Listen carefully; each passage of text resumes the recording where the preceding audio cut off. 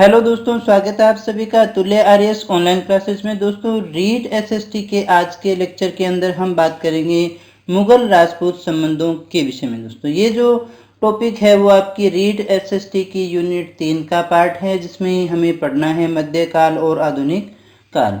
तो हम इसके अंदर भक्ति काल और सूफी आंदोलन के बारे में बात कर चुके हैं। दोस्तों, ये पहली दोनों यूनिट भी अपनी कंप्लीट हो चुकी है। अगर आपने नहीं देखी हो तो आई बटन पर जाकर के प्लेलिस्ट में जाकर के आप पिछले यूनिट्स को भी देख सकते हैं। दोस्तों, यहाँ जो सबसे ज़रूरी बात है कि हमारे सिलेबस में दिया हुआ क्या है।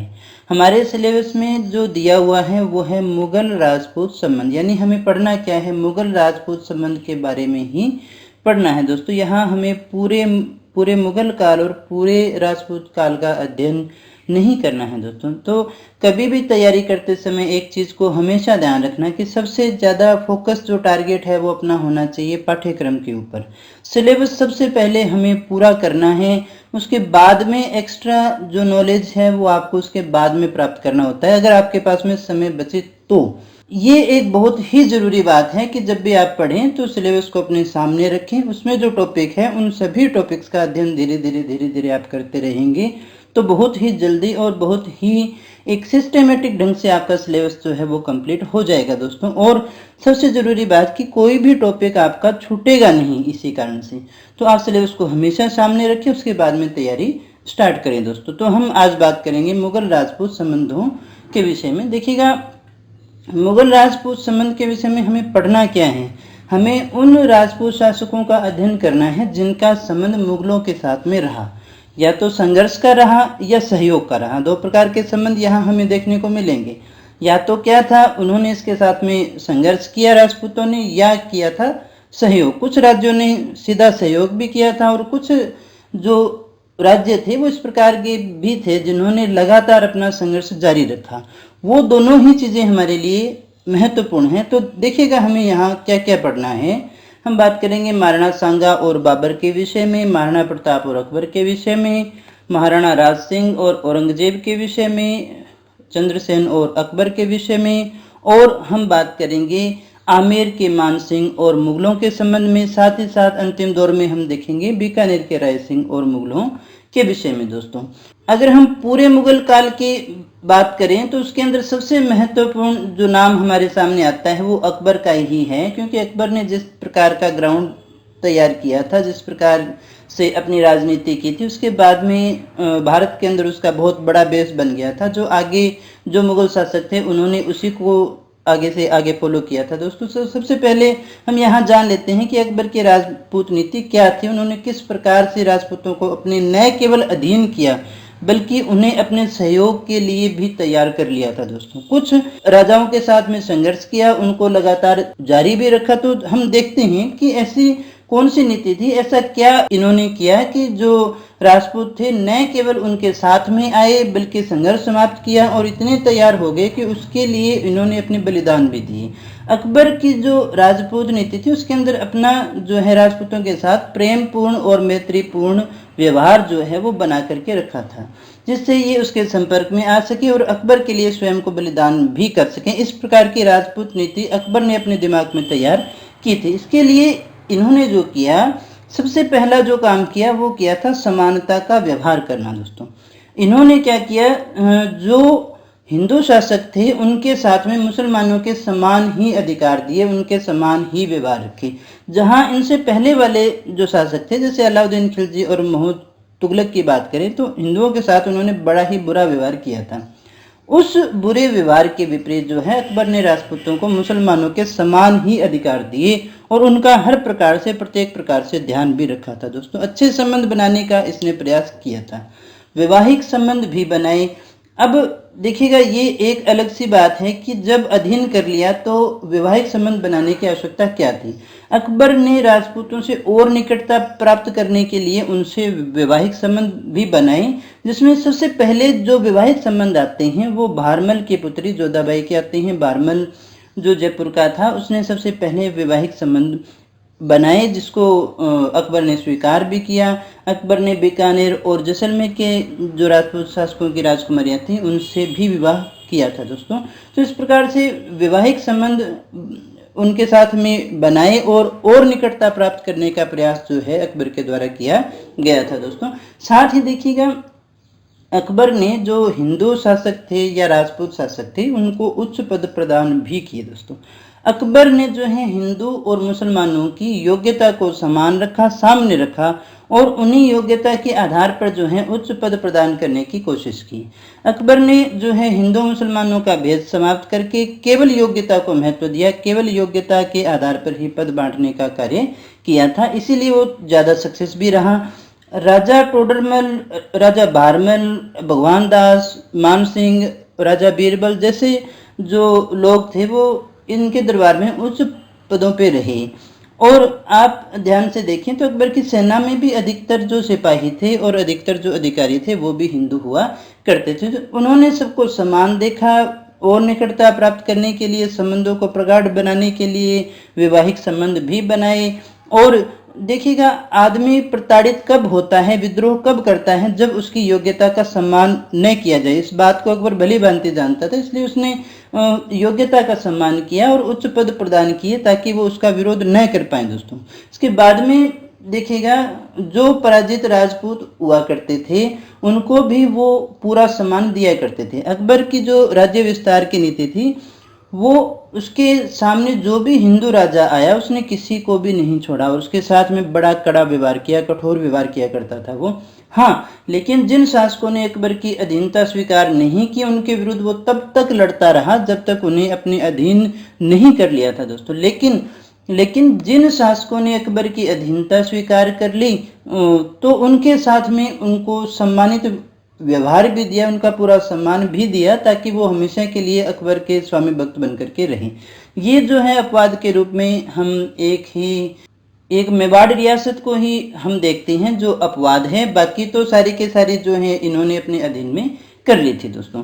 इसके बाद में देखिएगा एक और जो था ये धार्मिक स्वतंत्रता देने का काम इनके द्वारा भी किया गया था दोस्तों। देखिएगा धर्म को लेकर के हिंदू और मुस्लिमों में जो टकराव की संभावना थी इसलिए अकबर ने हिंदुओं और राजपूतों को पूरी धार्मिक स्वतंत्रता देने की कोशिश की। उनके मंदिरों को कोई नष्ट करने के लिए नहीं आता था जैसा पीछे के शासक किया करते थे दोस्तों, बल्कि इसने तो पुराने मंदिरों की मरम्मत करवाने का भी कार्य किया, नए मंदिर का निर्माण का कार्य भी किया, उसकी भी पूरी स्वतंत्रता थी। अपने त्यौहार और रीति रिवाज मना सके ऐसी भी स्वतंत्रता जो है इनको दे रखी थी हिंदुओं को। और अकबर की हिंदू पत्नियां और दूसरे हिंदू नौकर जो थे वो अपने महल के अंदर ही हिंदू देवी देवताओं की पूजा भी कर सकते थे। यहाँ तक कि उसने कुछ विशेष अवसरों पर पशुवध पर भी प्रतिबंध लगाया। तो आप देख सकते हैं कि किस प्रकार से अकबर ने राजनीति की और एक ग्राउंड तैयार किया जो आगे के शासकों के काम आता है।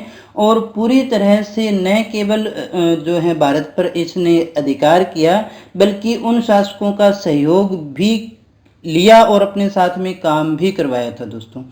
तो अब इसके अंदर हम बात करें एक और जो हमारी विशेष बात रह जाती है जजिया कर। जजिया कर जो है हमेशा से ही हिंदू और मुस्लिम शासकों के बीच में संघर्ष का कारण रहा था दोस्तों।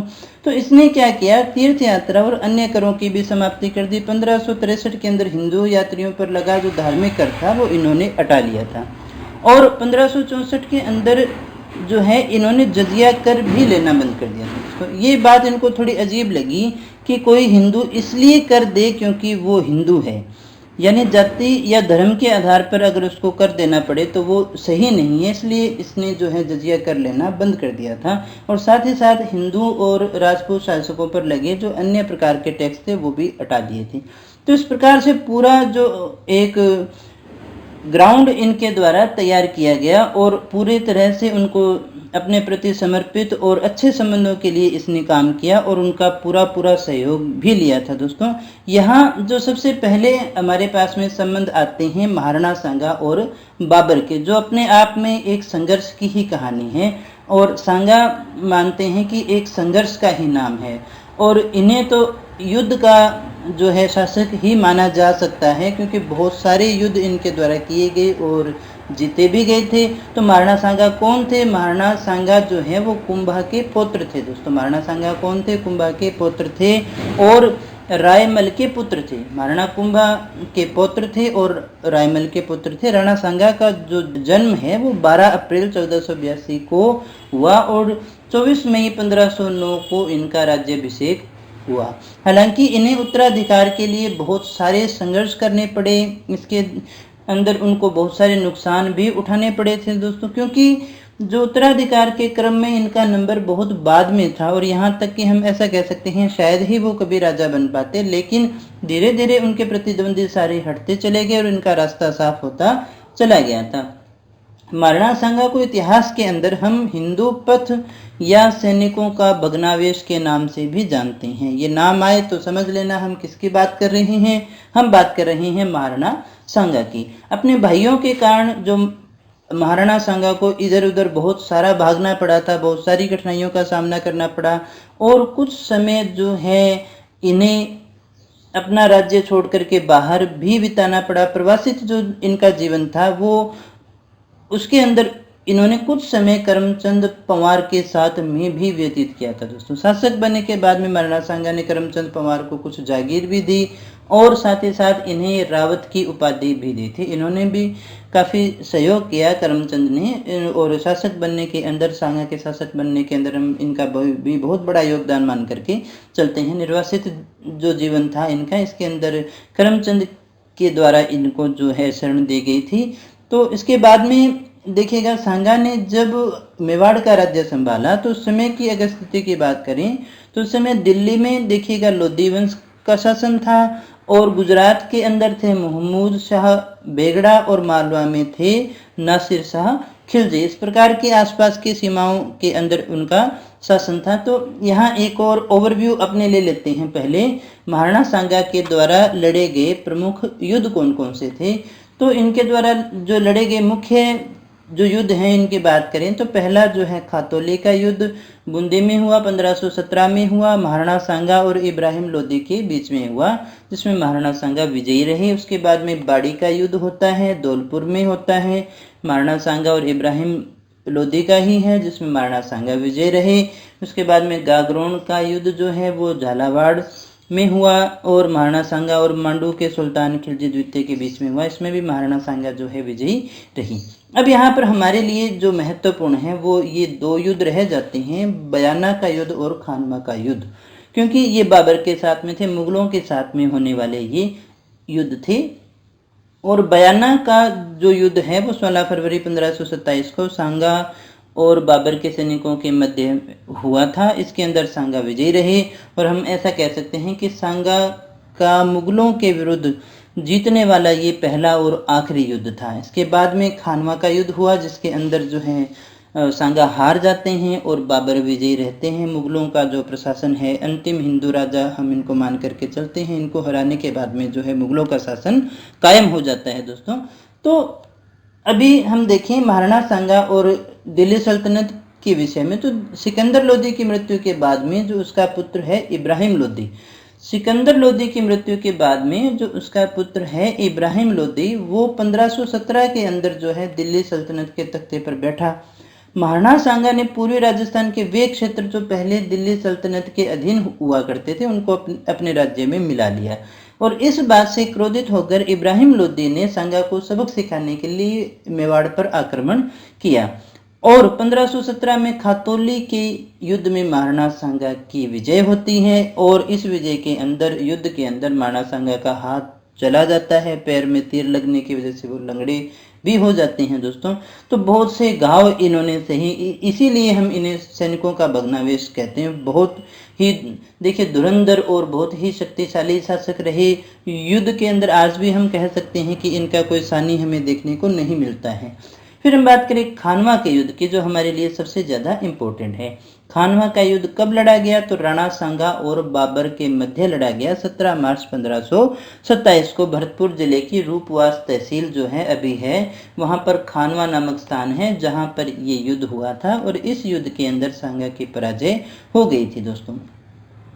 ये जो युद्ध है इसके होने का सबसे मुख्य जो कारण है, अपने मान करके चलते हैं, साम्राज्यवादी नीति है कि बाबर की जो साम्राज्यवादी नीति थी कहीं ना कहीं वही यहाँ हम एक मुख्य कारण मान करके चलते हैं। तो बाबर और इसके बीच में एक संधि की बात भी आती है दोस्तों कि खानवा के युद्ध से पहले जो है जो बाबर हैं वो सांगा से संधि करना चाहते थे और इसके अंदर सलहदी तंवर ने महत्वपूर्ण भूमिका भी निभाई थी। और ये जो है सांगा के साथ में बाबर ने तय किया था कि जब वो भारत पर आक्रमण करेगा और इब्राहिम लोदी के साथ में जब उसका युद्ध हो तो सांगा जो है बाबर का सहयोग करे। इसमें जो लाभ होगा कि बाबर तो है वो दिल्ली तक सीमित रहेगा और आगरा तक जो है सांगा का विस्तार हो जाएगा। अब जब ऐसा करने के लिए सांगा तैयार हो गए, लेकिन जो सांगा के सामंत थे उन्होंने इसके लिए मना कर दिया और कहा कि सांप को दूध पिलाने से क्या फायदा। तो वो ये सामंतों की बात को टाल नहीं सके और फिर जो है इन्होंने बाबर का साथ नहीं दिया था। और इसी विश्वासघात के कारण भी ये मानते हैं कि बाबर ने सांगा पर आक्रमण किया। लेकिन ये बहुत ज़्यादा प्रमाणित बात नहीं आती है दोस्तों। लेकिन फिर भी बाबर के सामने अगर कोई शक्तिशाली हिंदू जो शासक था तो वो एक राणा सांगा थे, ये हम एक मुख्य कारण मान करके चल सकते हैं। और साथ ही साथ हमेशा किसी भी युद्ध का कारण जो है उसकी साम्राज्यवादी नीति तो रहनी ही रहनी है। तो साम्राज्यवादी नीति आप एक प्रमुख कारण मान करके चलिएगा। ये सलहदी तमर के साथ जो है के माध्यम से संधि करना चाहते थे, लेकिन वो संधि कैसी रही, असफल रही। और इसी सलहदी तंवर ने जो है युद्ध के अंदर सांगा के साथ विश्वासघात किया, इसी कारण सांगा के पराजय भी हो गई थी दोस्तों। यहाँ इस युद्ध से पहले हम एक और बात जान लेते हैं। एक प्रथा है पाती पैरवन, कई बार परीक्षाओं में पूछी गई है, दोबारा पूछी जा सकती है। ये क्या है? महाराणा सांगा ने जो है खानवा के युद्ध में जाने से पहले प्रत्येक राजपूत राजा व सरदारों को अपनी ओर से युद्ध में भाग लेने के लिए चिट्ठी भेजी थी। देखो पाती का मतलब आप पत्र या चिट्ठी से ले सकते हैं। तो ये राजपूत शासकों द्वारा पहले भी भेजी जाती थी। तो इस प्रकार के जब कोई चिट्ठी भेजी जाती थी तो इस प्रथा को हम पाती पैरवन कहा करते थे दोस्तों। मोहम्मद शरीफ नामक ज्योतिषी ने इस युद्ध होने से पहले ही बाबर के हारने की भविष्यवाणी कर दी थी, जिसके कारण बाबर की सेना तो लड़ने के लिए तैयार ही नहीं हुई। तो बहुत समझाने के बाद में भी जब सैनिक नहीं माने, युद्ध करने के लिए तैयार नहीं हुए, तो बाबर ने अंतिम हथियार जिहाद को अपनाते हुए खानवा के युद्ध को जिहाद घोषित कर दिया दोस्तों, यानी एक धार्मिक युद्ध घोषित कर दिया। तब जाकर के वो सैनिक हैं वो लड़ने के लिए तैयार हो पाए थे दोस्तों। खानवा के युद्ध में महाराणा सांगा का एक सेनापति था हसन खां मेवाती। बाबर ने खानवा के युद्ध में, अब देखिएगा, बाबर के विजय का जो मुख्य कारण है वो माना जाता है उनकी तोपें, वो जो राजपूतों के द्वारा पहले नहीं देखी गई थी दोस्तों। साथ ही साथ तुलुगुमा पद्धति और उस्मानी विधि जो है वो काफ़ी महत्वपूर्ण है बाबर को विजय दिलाने के अंदर। तो बाबर ने क्या किया, खानवा के युद्ध में मुस्तफ़ा और उस्ताद अली के माध्यम से पहली बार भारत में तोपों का प्रयोग किया गया। अगर आपसे पूछा जाए भारत में पहली बार तोपों का प्रयोग कब किया गया, तो खानवा के युद्ध में किया गया था। और मुस्तफ़ा और उस्ताद अली जो है इनके प्रमुख तोपची हुआ करते थे दोस्तों। युद्ध को जीतने के लिए तुलुगुमा पद्धति इनके द्वारा अपनाई गई थी दोस्तों। इसमें क्या होता है, आगे और पीछे दोनों तरफ से सैनिक जो हैं घेरने का प्रयास करते हैं। और तोपों को सजाने की उस्मानी विधि को भी इनके द्वारा अपनाया गया। इस सेना के दाएं भाग का जो संचालन है हुमायूं, बाएं भाग का मेहंदी ख्वाजा और मध्य भाग का संचालन स्वयं बाबर कर रहे थे दोस्तों।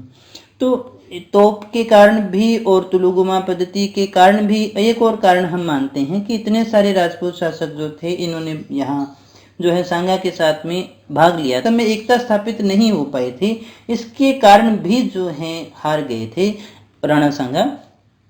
सलहदी तंवर नामक सरदार का युद्ध में महाराणा सांगा से विश्वासघात करना भी एक पराजय का कारण माना जाता है। और अधिकतर आपको युद्धों के अंदर मुगल राजपूतों के जो युद्ध हुए उसके अंदर आपको अधिकतर कारणों के अंदर किसी न किसी का विश्वासघात ही मिलता है दोस्तों। क्योंकि मुगलों के द्वारा जो नीति अपनाई गई थी वो साम दाम दंड भेद किसी भी प्रकार से धोखे की नीति को भी वो अपना लिया करते थे। लेकिन राजपूत शासक जो है आमने सामने के और सीधे और ईमानदार युद्ध के अंदर विश्वास किया करते थे दोस्तों। इसी कारण बहुत बार जो है इन्हें धोखा मिला, जिसके कारण हार का सामना भी करना पड़ा, पराजय का सामना भी करना पड़ा था दोस्तों। इसके बाद में हम बात करें कि महाराणा सांगा जो है इस युद्ध के बाद में क्या हुआ, तो 80 घाव से 80 तक घाव जो है उनके शरीर पर आ चुके थे। युद्ध के दौरान जो उनका छत्र है झाला अज्जा ने धारण कर लिया और महाराणा सांगा को उसी समय घायल अवस्था के अंदर बसवा दौसा ले गई और वहां पर वो कुछ समय रहे। खानवा के युद्ध में महाराणा सांगा का साथ जो है प्रदेश यानी राजस्थान के अनेक राजाओं और सरदारों के द्वारा दिया गया था, जिसमें से कौन कौन थे ये क्वेश्चन आपसे पूछा जा सकता है, बहुत महत्वपूर्ण है। आमेर से पृथ्वीराज कछवाहा, मारवाड़ से मालदेव और जगनेर यानी भरतपुर से अशोक परमार, ये नाम विशेषता याद रखना है। बीकानेर से जो है कल्याणमल, चंदेरी का मेदिनी राय, सिरोही से अखेराज, दूधा ईडर से भारमल, बागड़ से जो है उदय सिंह, बूंदी से नारायण दास का छोटा भाई नरबद हाड़ा और मेड़ता से बिरमदेव आदि थे। टोड क्या कहते हैं कि युद्ध में सांगा का साथ जो है 7 उच्च श्रेणी के राजा 9 राव और 104 सरदारों ने दिया था और बहुत सारी सेना भी इनके पास में थी, लेकिन फिर भी हार जाने का कारण तोप और तुलुगमा पद्धति को हम मानते हैं। उनके पास में संसाधन जो है वो ज़्यादा थे दोस्तों। इसके बाद में देखिए महाराणा सांगा जो है इसके बाद में भी युद्ध स्थल पर पुनः जाना चाहते थे, लेकिन उनके सामंतों और साथियों ने ये देखा कि वो उस समय युद्ध करने के लिए तैयार नहीं थे, इसलिए उनको विष दे दिया जाता है और 30 जनवरी 1528 को इस महान शासक का, एक महान सैनिक का हम कहें तो कालपे के अंदर निधन हो जाता है। ये जो स्थान है वो वर्तमान में मध्य प्रदेश में है। तो हम देख सकते हैं किस प्रकार मुगलों के साथ में जो है सांगा का संघर्ष हमने देखा। और अगर आपसे पूछा जाए कैसा संबंध था, तो बिल्कुल निश्चित रूप से संघर्ष का ही संबंध था। युद्ध ही हुआ था इन दोनों के बीच में। एक युद्ध में जीत गए थे, दूसरे युद्ध में सांगा जो है हार गए थे, लेकिन बहुत ही जो है एक परिणामदायक युद्ध जो है वो खानवा का माना जाता है, क्योंकि इसके बाद में मुगलों की जो सत्ता है यहाँ पर पूरी तरह से स्थापित हो पाई थी और एक संघर्ष करने वाले अंतिम हिंदू बड़े राजा थे जिसने इतने बड़े पैमाने पर संघर्ष करने का प्रयास किया था दोस्तों। महाराणा सांगा का जो दाह संस्कार है मांडलगढ़ भीलवाड़ा में किया गया, जहाँ पर सांगा की छतरी भी बनी हुई है। इन्हें अंतिम भारतीय हिंदू सम्राट के रूप में याद किया जाता है दोस्तों। तो कितना महत्वपूर्ण नाम है हमारे सामने कि इन्हें अंतिम भारतीय हिंदू सम्राट के रूप में याद किया जाता है, जिन्होंने बाबर के साथ में संघर्ष किया था दोस्तों। सम्राट इसलिए क्योंकि इनका जो साम्राज्य है वो बहुत ज़्यादा बड़ा था दोस्तों। इसके बाद में देखिएगा खानवा विजय के बाद में क्या हुआ, बाबर ने गाजी की उपाधि धारण की और हमने बात भी की थी। ये इतिहास का एक बहुत ही निर्णायक युद्ध माना जाता है दोस्तों। अब बात करते हैं हम महाराणा प्रताप और अकबर के संबंधों के विषय में। तो यहाँ भी संघर्ष ही है दोस्तों। महाराणा प्रताप और अकबर का जो संघर्ष है वो तो हमेशा से याद किया जाता है और महाराणा प्रताप अपने आप में एक बहुत ही बड़े प्रेरणादायक स्रोत हैं। प्रेरणा का दूसरा नाम, संघर्ष का दूसरा नाम हम महाराणा प्रताप या फिर वीरता का एक अन्य नाम महाराणा प्रताप को लेकर के चलते हैं। अकबर के साथ में इनका संघर्ष हुआ, करना भी पड़ा। अकबर जैसे शासक का विरोध एक अकेले छोटे से राज्य ने किया और वो था मेवाड़ का संघर्ष इनके साथ में चलता ही रहा। बाकियों ने इतना संघर्ष अकबर के साथ में नहीं किया था, क्योंकि अधिकतर ने उनकी अधीनता स्वीकार कर ली थी दोस्तों। मेवाड़ ने अकबर की साम दाम दंड भेद की जो अभी पीछे हमने बात की थी, अकबर ने जो राजनीति बनाई थी उस सारी राजनीतियों की धज्जियां उड़ा दी, उनको पैरों तले रौंदा और अपनी स्वाधीनता की रक्षा की और अंतिम समय तक उन्होंने जो है अकबर की अधीनता स्वीकार नहीं की थी दोस्तों। इसीलिए हम संघर्ष के रूप में हैं जो महाराणा प्रताप को याद करते हैं दोस्तों। तो देखें कि जो मेवाड़ के 3 महाराणा थे वो अकबर के समकालीन थे, उदय सिंह, प्रताप सिंह और अमर सिंह। उदय सिंह का तो सामना अकबर के साथ में देखिए डायरेक्ट नहीं हो पाया था और महाराणा प्रताप और अमर सिंह जो हैं इनके साथ में रहे और तीनों को ही अकबर की शत्रुता का सामना करना पड़ा था। इसका दंश जो है वो उदय सिंह ने भी झेला, महाराणा प्रताप ने भी झेला और अमर सिंह ने भी झेला, लेकिन तीनों ने अपने गौरव और राज्य की स्वाधीनता के लिए अकबर से संघर्ष किया। तीनों में से किसी को भी अकबर जो है अधीनता स्वीकार नहीं करवा सका था दोस्तों।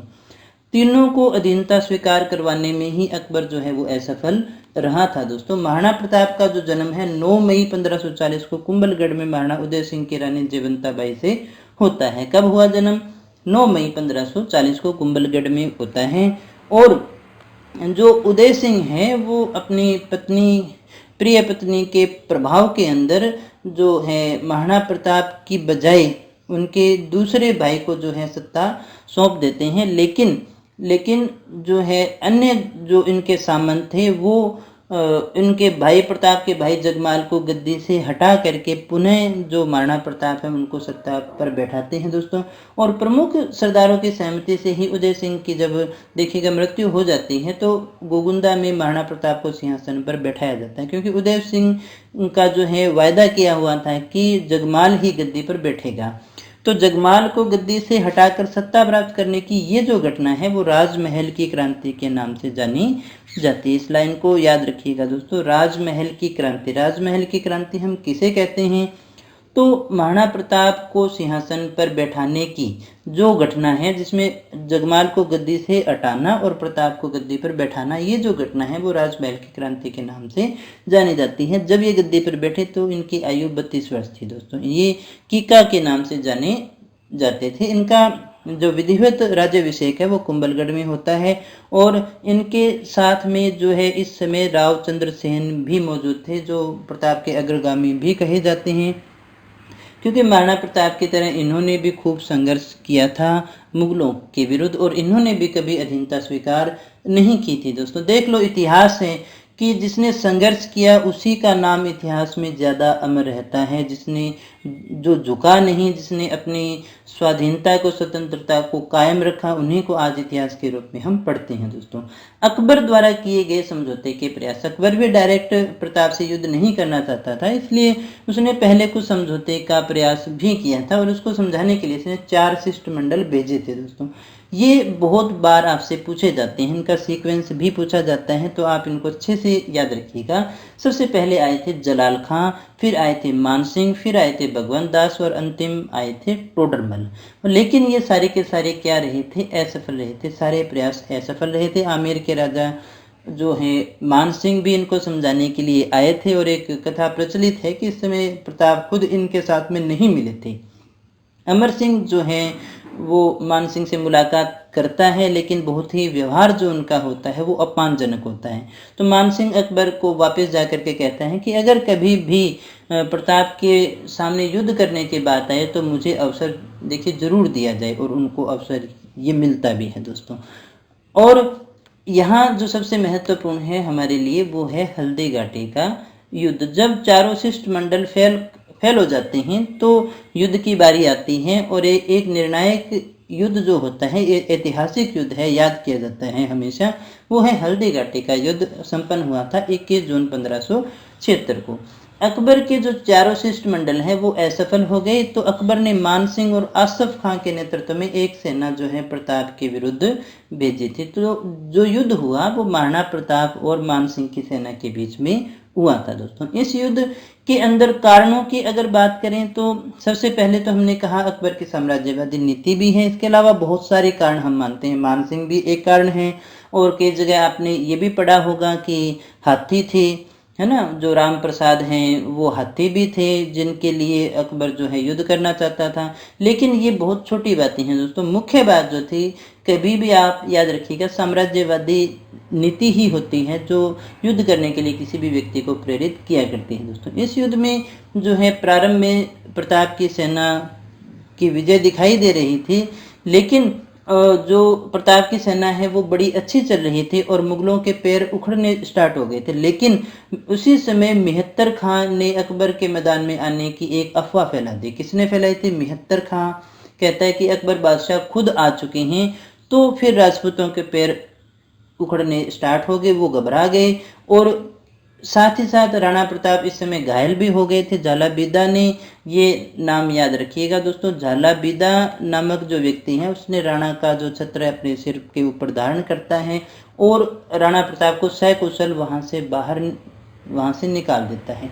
रास्ते के अंदर राणा प्रताप के जो भाई हैं वो उनकी मदद भी करते हैं, अपना घोड़ा भी देते हैं, और युद्ध की भी बहुत सारी कहानियां हैं दोस्तों। लेकिन याद रखिएगा, कहानी परीक्षा में नहीं आती है। कहानियाँ सुनने में अच्छी लगती हैं, बड़ा आनंद आता है कहानी के अंदर, लेकिन कहानी में एक हिस्ट्री की कहानी परीक्षा में हम देखिए लिख नहीं सकते, ऑब्जेक्टिव के अंदर हमें कहानियाँ लिखनी नहीं है, तो हमें वो पॉइंट देखनी है जहाँ से हमारे लिए प्रश्न उठते हैं। यहाँ हम बात कर रहे हैं कि युद्ध जो हुआ था उसके अंदर प्रारंभ में प्रताप की सेना की विजय दिखाई दे रही थी, बड़े जोश से वो लड़ रहे थे, लेकिन उसी समय मेहतर खां नामक व्यक्ति के द्वारा जो है अकबर के स्वयं के मैदान में आने की अफवाह जो है फैला दी जाती है। इससे राजपूतों के पैर उखड़ने स्टार्ट हो जाते हैं। राणा प्रताप के घायल होने के बाद में अपना छत्र किसने धारण किया? अपना छत्र जो है महाराणा प्रताप ने किसको दिया? तो वो झाला बिदा को दिया था। वो लड़ते रहे थे, शहीद भी होते हैं और प्रताप को सुरक्षित बाहर निकाल दिया जाता है। इस युद्ध में अकबर की विजय होती है। कुछ इस युद्ध को अनिर्णायक भी मानते हैं। इस युद्ध में इतिहासकार बदायूनी भी उपस्थित था, ये नाम याद रखना। कौन था बदायूनी और कौन सी किताब लिखी थी? मुंतखब उत तवारीख नामक किताब इनके द्वारा लिखी गई थी, इतिहास ग्रंथ लिखा गया था। इस युद्ध को बदायूनी ने क्या कहा है? गोगुंदा का युद्ध कहा है। ऐसे प्रश्न बहुत आते हैं दोस्तों। इस युद्ध को बदायूनी ने क्या कहा है? गोगुंदा का युद्ध कहा है। और अबुल फजल इसे क्या कहते हैं? खमनोर का युद्ध कहते हैं। अबुल फजल इसे क्या कहते हैं? खमनोर का युद्ध। कर्नल टोड अंग्रेज हैं, तो अंग्रेज जैसा ही नाम है इनका। मेवाड़ की थर्मोपल्ली मेवाड़ की थर्मोपल्ली कहने वाले कौन थे? तो वो थे कर्नल टोड। इस युद्ध के अंदर प्रताप की ओर से लड़ने वाला एकमात्र मुस्लिम सरदार था, वो था हाकिम खां सूरी। कौन था? हाकिम खां सूरी। तो ये जो व्यक्तियों के नाम हैं, यहाँ से आपसे कोई ना कोई प्रश्न पूछा जा सकता है दोस्तों। केवल हल्दी घाटी के युद्ध से ही जो है महाराणा प्रताप का संघर्ष समाप्त नहीं हो जाता दोस्तों। हमेशा ताउम्र वो जो है अकबर से लड़ते रहे थे। हल्दी घाटी के युद्ध के बाद राणा जो है कुंभलगढ़ को केंद्र बनाते हैं और वापस जो है गोगुंदा पर अधिकार करते हैं। कुंभलगढ़ को केंद्र बनाते हैं और गोगुंदा पर अधिकार करते हैं। इसके बाद में 1576 से लेकर के 1586 तक अकबर निरंतर इनके विरुद्ध सैन्य अभियान भेजता रहता है, लेकिन फिर भी अकबर को महाराणा प्रताप को झुकाने में किसी प्रकार की सफलता नहीं मिलती है। इसके बाद में हम बात करते हैं कुंभलगढ़ के युद्ध के विषय में, जो हुआ था 3 अप्रैल 1578 में। हल्दी घाटी के युद्ध के काफी समय बाद जो अकबर हैं वो शाहबाज खां को महाराणा प्रताप से युद्ध करने के लिए भेजते हैं। 15 अक्टूबर 1577 को शाहबाज के नेतृत्व में कुंभलगढ़ पर अधिकार करने के लिए एक सेना भेजी जाती है। महाराणा जो है दुर्ग की सुरक्षा का भार बाण सोनगरा को सौंप कर दुर्ग से सुरक्षित निकल जाते हैं। शाहबाज खां 3 अप्रैल 1578 को जो है युद्ध करता है और कुंभलगढ़ पर अधिकार कर लेता है दोस्तों। कुंभलगढ़ पर अधिकार कर लेता है और यह पहली बार होता है जब किसी ने अजय दुर्ग यानी कुंभलगढ़ दुर्ग को जीता था दोस्तों। कर्नल जेम्स टोड जो है कुंभलगढ़ दुर्ग को सार्वभौमिक स्थल का युद्ध भी कहते हैं। अब इसके बाद में देखिएगा क्या होता है कि दुर्ग की सुरक्षा का भार जो शाहबाज खां है वो गाजी खां को सौंपकर महाराणा प्रताप का पीछा करने के लिए चला जाता है, जहां पर उसे सफलता नहीं मिलती है। मई 1578 में शाहबाज खां वापस लौट जाता है। उसके लौटते ही जिन पर अधिकार शाहजहां ने किया था उनमें से गोगुंदा पर जो है वो पुनः अधिकार कर लेता है।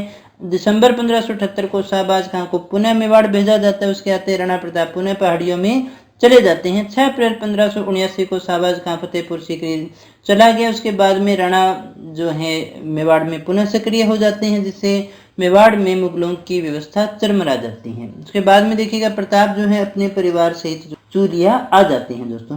यहाँ एक बात याद रखने वाली है कि शाहबाज खां को जो है अकबर ने कितनी बार यहाँ भेजा था, कितनी बार अभियान के लिए भेजा था? तो शाहबाज को 3 बार अभियान के लिए भेजा था। कितनी बार? 3 बार अभियान किए थे शाहबाज खां ने। प्रश्न बहुत बार आता है।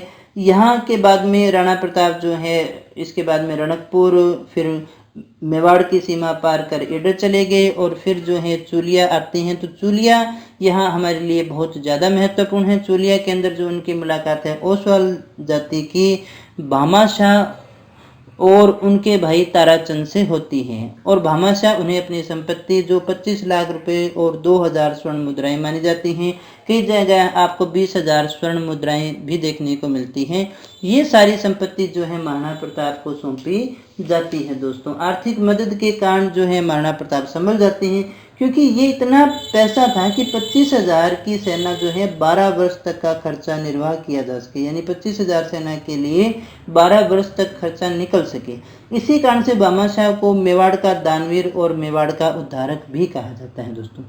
यहाँ एक बात हमें देख लेनी चाहिए कि संघर्ष तो चंद्रसेन ने भी किया था, लेकिन चंद्रसेन की आर्थिक स्थिति जो है धीरे धीरे खराब होती चली गई थी और उनका इतना नाम न होने का एक हम मुख्य कारण ये भी मान सकते हैं कि उन्हें कोई भामाशाह नहीं मिला था मदद करने के लिए। अगर होता तो शायद उनका भी इतना ही बड़ा नाम होता। तो महाराणा प्रताप को सेना को संभालने के लिए एक बहुत बड़ी धनराशि मिल गई थी, जिसके कारण वो अपने संघर्ष को कायम रख सके दोस्तों। इसके बाद में देखिएगा 1580 के अंदर अब्दुल रहीम खान खाना को अजमेर का सूबेदार नियुक्त किया जाता है और उसे मेवाड़ अभियान की बागडोर सौंपी जाती है। खान खाना ने अपने परिवार को शेरपुर में ठहराकर मेवाड़ पर आक्रमण किया, लेकिन कुंवर अमर सिंह जो है शेरपुर पर अचानक दावा करता है और उनकी बेगमों को बंदी बना करके ले जाता है। लेकिन प्रताप को ये बात अच्छी नहीं लगती और अमर सिंह को खानखाना के परिवार को ससम्मान वापस भेजने का हुक्म देता है दोस्तों। तो इस प्रकार की घटना भी हमने यहाँ पे देखी। इसके बाद में जो महत्वपूर्ण युद्ध जो आता है वो आता है दिवेर का युद्ध। महाराणा प्रताप ने अकबर जो छापामार युद्ध नीति थी उसके हिसाब से अपना युद्ध जो है वो जारी रखा था।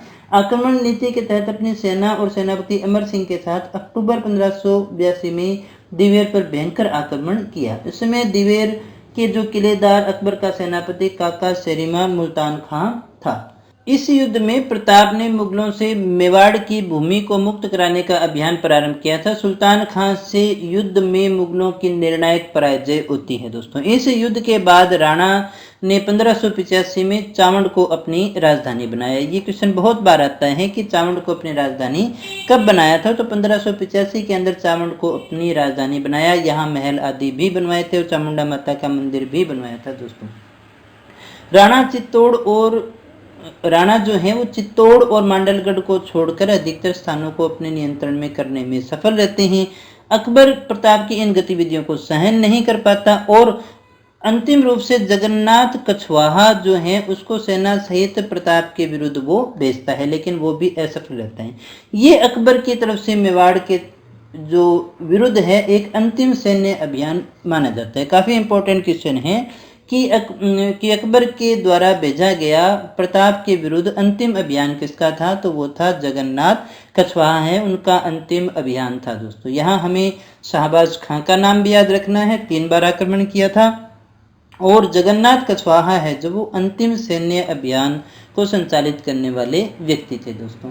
इसके बाद में देखिएगा कोई सैन्य अभियान आता नहीं है। महाराणा प्रताप का जीवन बड़े शांतिपूर्ण तरीके से गुजरता है, लेकिन चावंड में एक बार उनकी जो है धनुष की प्रचंडता खींचते समय चोट लग जाती है और 19 जनवरी 1597 को उनका देहांत हो जाता है दोस्तों।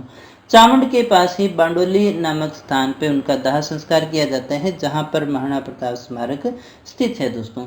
तो इस प्रकार से महाराणा प्रताप के संघर्ष का अंत हमें यहाँ देखने को मिलता है और बहुत ही संघर्षमय जीवन हमने यहाँ देखा। मुगल और महाराणा अमर सिंह प्रथम यानी प्रताप के जाने के बाद में भी जो है मेवाड़ का संघर्ष तो क्या है जारी ही रहता है। प्रताप के पुत्र जो थे महाराणा अमर सिंह प्रथम थे। इनका जो जन्म है 16 मार्च 1559 को हुआ और 16 जनवरी 1597 को जो है चावंड में इनका राज्याभिषेक होता है। 19 जनवरी 1597 को जो है महाराणा प्रताप की मृत्यु के बाद चावंड में इनका राज्याभिषेक होता है। 1605 में जहांगीर के शासक बनते ही उसने अपने पुत्र परवेज के नेतृत्व में 1605 में एक अभियान जो है मेवाड़ में भेजा। तो अकबर के बाद में देखिएगा जहांगीर जब शासक बनता है तो वो अपने पुत्र परवेज के नेतृत्व में 1605 में एक अभियान मेवाड़ भेजता है। देवारी के निकट दोनों पक्षों में अनिर्णायक युद्ध होता है, इसमें कोई भी निर्णय नहीं निकलता है दोस्तों। 1608 में महावत खां को मेवाड़ पर आक्रमण करने के लिए भेजा जाता है, लेकिन उसे भी सफलता नहीं मिलती। इसके बाद अब्दुल्ला खां को भेजा जाता है, लेकिन वह भी हार जाता है। तो इस प्रकार से अमर सिंह भी अपने पिता की तरह संघर्ष करता है और मुगलों के नाक में दम किए ही रहता है। इसके बाद में देखिए क्या होता है। 8 नवंबर 1613 को स्वयं जहांगीर खुद को पहुंचना पड़ता है अजमेर और यहाँ से शाहजादा खुर्रम यानी शाहजहां के नेतृत्व में एक शक्तिशाली सेना मेवाड़ भेजता है। खुर्रम चामुंड को जीत लेता है और अमर सिंह को संधि के लिए मजबूर कर देता है दोस्तों, क्योंकि इस समय परिस्थितियां बहुत ज़्यादा बदल चुकी थी, जो संपत्ति थी वो समाप्त हो चुकी थी और जो है जनता को इसने खुर्रम ने बहुत ज़्यादा नुकसान पहुंचाया था दोस्तों। तो ऐसी कंडीशन के कारण जनता के हित को देखते हुए अमर सिंह को जो है संधि के लिए मजबूर होना पड़ता है और इसके बाद में अमर सिंह जो है बहुत ज़्यादा निराश भी हो जाते हैं दोस्तों। तो यहाँ इतिहास में याद रखी जाती है मुगल मेवाड़ संधि। 5 जनवरी 1615 को ये जो संधि होती है, राणा अमर सिंह ने शुभकर्ण व हरिदास को खुर्रम के पास संधि वार्ता के लिए भेजा और खुर्रम ने मुल्ला शुक्राउल्ला और शिराजी सुंदरदास को इस संधि के प्रस्ताव को लेकर अजमेर बादशाह के पास में अनुमोदन के लिए भेजा।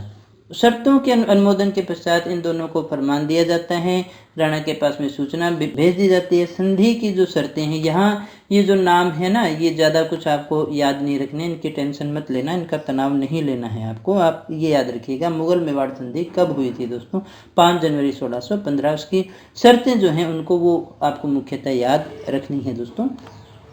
शर्तें जो थी उनमें पहली शर्त थी कि चित्तौड़ के किले की मरम्मत नहीं की जाएगी, दुर्ग की किलेबंदी भी ये नहीं कर सकेंगे। कुंवर कर्ण सिंह 1000 सवारों के साथ मुगल दरबार में उपस्थित होगा। अन्य राजपूत नरेशों की भांति राणा को मुगलों से वैवाहिक संबंध स्थापित करने के लिए भी बाध्य नहीं किया जाएगा। और इस संधि के द्वारा जो है मुगल मेवाड़ संघर्ष का जो महाराणा प्रताप के समय से चल रहा था वो अंत हो जाता है। उदय सिंह के समय से स्टार्ट हुआ था मूलतः, और जो है अमर सिंह के साथ में ही ये क्या हो जाता है, इस संधि के साथ में समाप्त हो जाता है दोस्तों। बहुत बड़ा संघर्ष था मुगल मेवाड़ संघर्ष।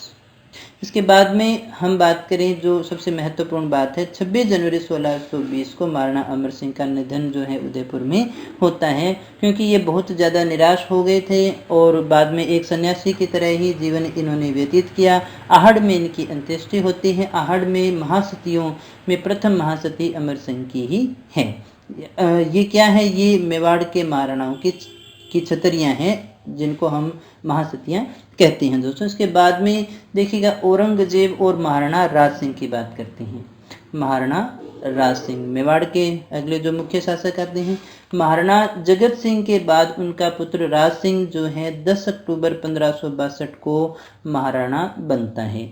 इन्होंने अपने पिता के काल से जारी चित्तौड़ दुर्ग की मरम्मत के कार्य को जारी रखा, लेकिन शाहजहां जो है सादुल्ला खां को भेजते हैं और इस मरम्मत को तुड़वा देते हैं। शाहजहां के पुत्रों में जब देखिए उत्तराधिकार युद्ध छिड़ता है तो इस युद्ध का लाभ उठा करके राज सिंह जो है अपने खोए हुए प्रदेशों को पुनः प्राप्त करने का प्रयास करते हैं दोस्तों। लेकिन यहाँ जो एक मूल बात है वो ये है कि राज सिंह औरंगजेब को सैनिक सहायता करते हैं और औरंगजेब शासक भी बनता है। तो औरंगजेब शासक बनने के बाद में 6000 का मनसब और मांडल के आसपास का क्षेत्र राज सिंह को दे देता है। एक प्रकार से औरंगजेब के साथ में राज सिंह के थोड़े ठीक संबंध थे, और लेकिन उसके बाद में युद्ध के चांस बार बार बनते भी रहे थे, क्योंकि तनाव के लिए औरंगजेब के विरुद्ध जो है राज सिंह ने बहुत सारे काम किए। यहाँ देखिए सबसे जो इम्पोर्टेंट बात आती है वो 1660 के अंदर महाराणा ने किशनगढ़ की राजकुमारी चारुमती से विवाह किया, जिसका विवाह औरंगजेब के साथ में तय हुआ था। लेकिन जो चारुमती है वो एक पत्र जो है राज सिंह को लिखती है और उस पत्र से प्रेरित होकर के राज सिंह जो है चारुमती से विवाह कर लेता है, और ये बात मुगल सम्राट को अच्छी नहीं लगती है दोस्तों। इसके बाद में देखिएगा राज सिंह को ये लगा कि युद्ध हो सकता है, तो राणा उदय सिंह और प्रताप की भांति गिरवा में सुरक्षा व्यवस्था को ये मजबूत करता है। 1674 में गिरवा के फाटक जिसे देवबारी कहते हैं सुदृढ़ किवाड़ लगवा लेता है और अपने साथियों व प्रजा में सैनिक जीवन की अभिव्यक्ति के लिए विजय कटकातु की उपाधि धारण करते हैं। ये नाम याद रखिएगा दोस्तों। कौन सी उपाधि धारण की थी? विजय कटकातु की उपाधि जो है राज सिंह के द्वारा धारण की गई थी दोस्तों। इसके बाद में देखिएगा 1679 के अंदर औरंगजेब द्वारा लगाए गए जजिया कर का और हिंदू विरोधी नीति का ये विरोध करता है राज सिंह। राज सिंह के द्वारा देखिए विरोध किया जाता है, जिसकी जानकारी हमें जो है दलपत विजय के द्वारा लिखित ग्रंथ कुमार रासु से प्राप्त होती है। मारवाड़ के शासक जसवंत सिंह की मृत्यु के बाद उसके अल्पवयस्क पुत्र अजीत सिंह और दुर्गादास को ये संरक्षण भी प्रदान करते। तो देख सकते हैं कितने सारे कार्य जो हैं वो इन्होंने औरंगजेब के विरुद्ध किए थे और इस प्रकार से युद्ध की स्थिति निरंतर बनती ही चली जा रही थी। दोस्तों, बादशाह के डर से श्रीनाथ की मूर्तियों को लेकर भागे गोसाई लोगों को आश्रय देकर कांकरोली में द्वारकाधीश की मूर्ति स्थापित करवाई। सिंहाड़नाथ द्वारा में श्रीनाथ जी की मूर्ति प्रतिष्ठित करवा के धर्मनिष्ठा का परिचय भी इनके द्वारा दिया गया था। ये एक धर्मनिष्ठ व्यक्ति थे। महाराणा राज सिंह ने उदयपुर में अंबा माता, कांकरोली में द्वारकाधीश का जो मंदिर है उसका निर्माण भी करवाया था। दोस्तों, तो इस प्रकार वो जो है युद्ध की स्थितियां बार बार बनती रही, लेकिन युद्ध हो नहीं पाया, किसी के द्वारा विष दे दिया गया और इसके बाद में जो है महाराणा का देहांत हो जाता है। इसके बाद में हम बात करते हैं अकबर और राव चंद्रसेन की, मारवाड़ के राव चंद्रसेन के विषय में, जिसे प्रताप का अग्रगामी भी माना जाता है। 7 नवंबर 1562 को क्या होता है, राव मालदेव की मृत्यु हो जाती है और उनकी मृत्यु के पश्चात मारवाड़ में जब गृह युद्ध छिड़ा होता है तो मालदेव अपनी चहेती रानी स्वरूप देव के प्रभाव में आकर अपने ज्येष्ठ पुत्र राम को तो निर्वासित कर देता है और द्वितीय पुत्र उदय सिंह को राज सिंहासन से वंचित कर चंद्रसेन को अपना उत्तराधिकारी बना देता है। दोस्तों, तो इस प्रकार से चंद्रसेन शासक बनते हैं। राम जो है विद्रोह कर देता है, चंद्रसेन नाडोल के युद्ध में उसको पराजित कर देते हैं। इसके पश्चात राम ने अजमेर के मुगल सूबेदार हुसैन कुली के यहाँ शरण ली। हुसैन कुली जो है चंद्रसेन तथा राम के मध्य समझौता करवाता है और राम को सोजत का परगना जो है जागीर में दिलवा देता है। तो इस प्रकार से राम का जो विद्रोह है वो समाप्त होता है। अकबर देख रहा था मारवाड़ की इस आंतरिक फूट को और उसी का लाभ उठाते हुए हुसैन कुली खां को भेजकर जोधपुर पर अधिकार भी कर लेता है। दोस्तों, अब यहाँ इसी दौरान एक मुख्य जो घटना हुई थी वो थी नागौर दरबार की। दोस्तों, इतिहास के अंदर बहुत इंपॉर्टेंट घटना है नागौर दरबार। इस दरबार के अंदर राजस्थान के अधिकांश राजपूत शासकों ने अकबर की अधीनता स्वीकार कर ली थी। ये जो नागौर दरबार था इसके अंदर अधिकतर जो हैं अकबर की अधीनता स्वीकार कर लेते हैं राजपूत शासक, जिनमें कौन थे, जैसलमेर के हर्राय, बीकानेर के कल्याणमल और उनके पुत्र राय सिंह बिना किसी युद्ध के ये डायरेक्ट जाकर के अधीनता स्वीकार कर लेते हैं। राव चंद्रसेन भी मारवाड़ का राज्य प्राप्त करने के लिए बदराजून से नागौर आते हैं, लेकिन उन्हें उचित सम्मान नहीं मिलता। ये देख करके ये वापस चले जाते हैं। अपने भाई राम और उदय सिंह को वहां देखते हैं तो वहां से वापस लौट जाते हैं। ये बात अकबर को अच्छी नहीं लगती है और 1571 में बदराजून को ये क्या कर लेते हैं, अकबर जीत लेते हैं। अकबर के नागौर दरबार के समय वहां पर अकाल पड़ा था। इसमें अकाल राहत कार्य के लिए अकबर ने अपने सैनिकों के द्वारा एक तालाब खुदवाया और उसका नाम रखा था शुक्र तालाब। ये हमारे लिए कोई बहुत ज़्यादा इंपॉर्टेंट बात नहीं है। दोस्तों, हम बात कर रहे हैं चंद्रसेन और अकबर के विषय में। 30 अक्टूबर 1572 ईस्वी को बीकानेर के राय सिंह को जोधपुर का सूबेदार नियुक्त किया जाता है अकबर के द्वारा, ताकि वो जो है चंद्रसेन को कंट्रोल कर सके। दूसरी ओर बदराजून के मुगलों के हाथों में चले जाने के बाद चंद्रसेन ने सिवाना को अपनी राजधानी बनाया। किसको राजधानी बनाया, ये नाम याद रखिएगा। बदराजून तो चंद्रसेन के हाथों से चला गया था, तो चंद्रसेन ने सिवाना को अपनी राजधानी बनाया, लेकिन 1576 में अपने अथक प्रयास के पश्चात अकबर ने सिवाना को जीत ही लिया। इसके पश्चात राव चंद्रसेन जो हैं वो डूंगरपुर चले जाते हैं और जुलाई 1579 में सोजत पर अधिकार कर लेते हैं, लेकिन मुगल सेना के आने पर चंद्रसेन सारण की पहाड़ियों में चले जाते हैं। तो इस प्रकार से इनका संघर्ष भी है वो चलता रहता है। अकबर का विरोध करते समय चंद्रसेन जीवन भर भटकते रहे और अंत में सारणी की पहाड़ियों को अपना निवास स्थान बनाया और यहीं पर सचियाप में 11 जनवरी 1581 में इनकी मृत्यु हो जाती है और यहीं इनका समाधि स्थल है। दोस्तों, तो यहाँ जो है चंद्रसेन का संघर्ष भी अकबर के साथ में उसी प्रकार से हुआ जैसा महाराणा प्रताप का हुआ था। दोस्तों, इसके बाद में देखिएगा चंद्रसेन को क्या कहा जाता है, मारवाड़ का राणा प्रताप या मारवाड़ का भूला बिसरा राजा भी कहा जाता है। भूला बिसरा इसलिए क्योंकि संघर्ष तो प्रताप की तरह ही किया, लेकिन उतना नाम नहीं हो पाया। दोस्तों, क्योंकि ये अपनी सेना को संभालने के लिए इनके पास में बहुत ज़्यादा धन संपत्ति नहीं बची थी। दोस्तों, इसलिए इनका जो जीवन है वैसा नहीं रहा जैसा महाराणा प्रताप का था। 1581 के बाद में 1583 तक जोधपुर को राजनीतिक स्थायित्व के लिए खालसा में रखा गया। 1583 में चंद्रसेन के बड़े भाई उदय सिंह जो पीछे वंचित रह गए थे उनको जो है इसकी सत्ता जो है सौंप दी जाती है, जोधपुर की सत्ता जो है सौंप दी जाती है दोस्तों। इसके बाद में हम बात करते हैं आमेर के राजा मान सिंह और मुगलों की। ये पूरी तरह से जो है सहयोग के संबंध थे। यहाँ पर राजपूतों का मुगलों के साथ जो सहयोग है वो 1562 में प्रारंभ हुआ था। कब हुआ था? 1562 के अंदर। आमेर राजस्थान का पहला ऐसा राज्य था जिसने मुगलों के साथ में सहयोग और समर्पण की नीति अपनाई थी। बहुत बार आता है प्रश्न कि राजस्थान का पहला जो है राज्य कौन सा था जिसने मुगलों के साथ सहयोग और समर्पण की नीति अपनाई थी, तो वो था आमेर।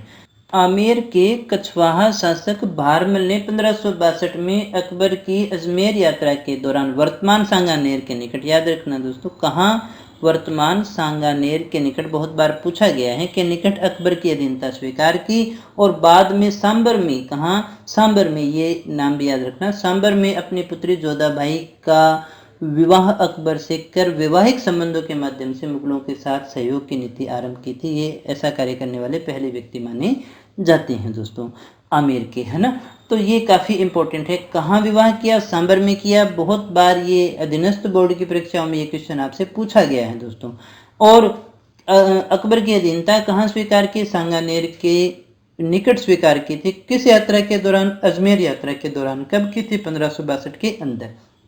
राजपूत और मुगलों का जो सहयोग है वो कब आरंभ हुआ? तो 1562 के अंदर हुआ। और पहला राज्य करने वाला कौन था? वो था आमेर। इसके बाद में देखिएगा भारमल राजपूताने के पहले शासक थे, माने जाते हैं जिन्होंने अकबर की अधीनता स्वीकार की और अपनी पुत्री का विवाह भी किया था। राजा भारमल के पुत्र और राजा भगवंत दास के पुत्र कुंवर मान सिंह का अकबर से परिचय जो है 1562 में हुआ, जिनकी बात अभी हम करेंगे दोस्तों। मान सिंह हमारे लिए काफ़ी महत्वपूर्ण है। मान सिंह ने 1562 से जीवन पर्यंत 1614 ईस्वी तक मुगल साम्राज्य की सेना नायक, सूबेदार और मनसबदार के रूप में सेवा की थी दोस्तों। ये अकबर के सबसे विश्वस्त सेना नायक थे दोस्तों।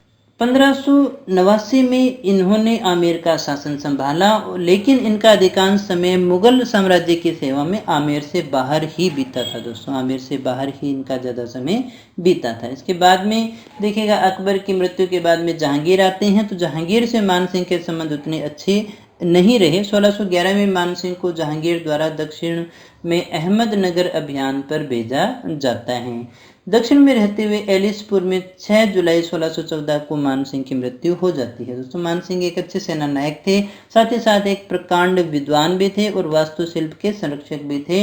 इनके समय में राय मुरारी दास ने मानचरित्र की रचना की। किसकी रचना की? मानचरित्र की रचना की। पुंडरीक विठल ने राग चंद्रोदय, राग मंजरी, नर्तन निर्णय जैसे प्रसिद्ध ग्रंथों की रचना भी इनके काल में की थी दोस्तों। बिहार की सूबेदारी के समय मान सिंह ने रोहतासगढ़ में महल बनवाए, बिहार में मानपुर नगर और बंगाल में अकबर नगर यानी राजमहल की स्थापना की थी दोस्तों। 1592 में जो है राजा मान सिंह ने आमेर के भव्य महलों का निर्माण भी करवाया था। इसके बाद में अंतिम दौर में हम देखते हैं बीकानेर के राजा राय सिंह और मुगलों के संबंध। तो यहाँ बीकानेर के राजाओं का जो मुस्लिम शासकों से मेल है, मुस्लिम शासकों से मेल की बात कर रहा हूँ दोस्तों, मुस्लिम शासकों से जो मेल है शेर शाह सूरी के समय से ही हो चुका था, जब बीकानेर के राव कल्याण मल ने गिरी सुमेल युद्ध में जोधपुर के महाराजा महाराव मालदेव के विरुद्ध शेर शाह सूरी की सहायता की थी। तभी से इन्होंने जो है मुस्लिमों की सहायता शुरू कर दी थी, सहयोग प्रारंभ हो गया था दोस्तों। युद्ध में जीतने के बाद शेर शाह ने बीकानेर राज्य का जो शासन है राव कल्याण मल को सौंपा। 1570 में सम्राट अकबर के नागौर दरबार में राव कल्याणमल अपने पुत्र पृथ्वीराज और राय सिंह सहित बादशाह की सेवा में उपस्थित होते हैं। ये हमने पीछे भी बात की थी। अकबर की अधीनता स्वीकार करते हैं और अधीनता स्वीकार करने वाले बीकानेर के प्रथम जो नरेश है वो कौन थे? तो वो कल्याणमल थे और अपने पुत्र राय सिंह व पृथ्वीराज को अकबर की सेवा में भेज देते हैं। महाराजा राय सिंह जो हैं, यहाँ इंपॉर्टेंट नाम जो हमारा है वो है महाराजा राय सिंह। कल्याणमल के देहावसान के बाद 1574 के अंदर 1574 के अंदर बीकानेर के शासक बनते हैं। महाराजा राय सिंह के शासनकाल में बीकानेर रियासत के जो इनके मुगलों के साथ में संबंध रहे वो बहुत ही घनिष्ठ संबंध बने, जिन संबंधों का सूत्रपात राव कल्याणमल ने अकबर के समय में शासन के 15वें वर्ष के अंदर 1570 में उनकी सेवा में उपस्थित होकर किया था, वो राय सिंह ने आगे से आगे बढ़ाया। यानी पिता ने जो संबंध उनके साथ में कायम किए थे उन्हीं को और प्रगाढ़ करने का कार्य राय सिंह ने किया था। दोस्तों राय सिंह अकबर के वीर, कार्यकुशल और राजनीतिक निपुण योद्धाओं में से एक थे। बहुत थोड़े समय में ही अकबर के वो बहुत अधिक विश्वास पात्र बन गए थे और उन्हें अकबर के साम्राज्य का एक सुदृढ़ स्तंभ भी हम कह सकते हैं। या तो मानसिंह था या फिर हम राय सिंह की बात करते हैं, ये अकबर के साम्राज्य के एक सुदृढ़ स्तंभ माने जाते हैं। हिंदू नरेशों में जयपुर के बाद बीकानेर से ही अकबर के सबसे अच्छे संबंध कायम हो पाए थे। 1572 में अकबर ने कुंवर राय सिंह को जोधपुर का प्रशासक नियुक्त किया था। वहां वो 3 वर्ष तक अधिकार करके रहते हैं। कठौली की लड़ाई में भी राय सिंह के नेतृत्व में मुगल सेना को विजय मिलती है। दोस्तों इसके बाद में देखिएगा, इस प्रकार विभिन्न लड़ाई में राय सिंह जो है अकबर की सेना का सफलतापूर्वक संचालन करते हैं। यानी कुल मिलाकर के अकबर के लिए राय सिंह ने बहुत सारा काम किया, उनके लिए बहुत सारे सैन्य अभियानों का संचालन किया, सफल सैन्य अभियानों का संचालन किया। गुजरात, काबुल, दक्षिणी लाहौर और हर तरफ उसने अपने जो गुण हैं उनका प्रदर्शन किया। कुछ ही दिनों में वे अकबर के 4 हजारी मनसबदार बन गए। दोस्तों यहाँ याद रखिएगा, मनसबदार जो जितना ज़्यादा बड़ा होता था, 4 हजारी 5 हजारी, उसका पद जो है वो उतना ही बड़ा माना जाता था। ये एक पद प्रथा थी मनसबदारी, जिसकी शुरुआत जो है अकबर के द्वारा ही की गई थी।